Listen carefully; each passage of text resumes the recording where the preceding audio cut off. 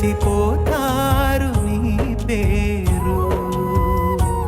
నీ కట్టె చేరెను కాటికి, నీ ఆత్మ చేరేదెక్కడికి?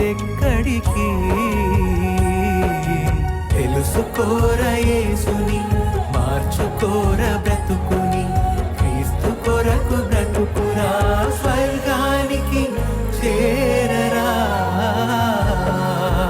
ఏముందిరా ఈ లోకాన,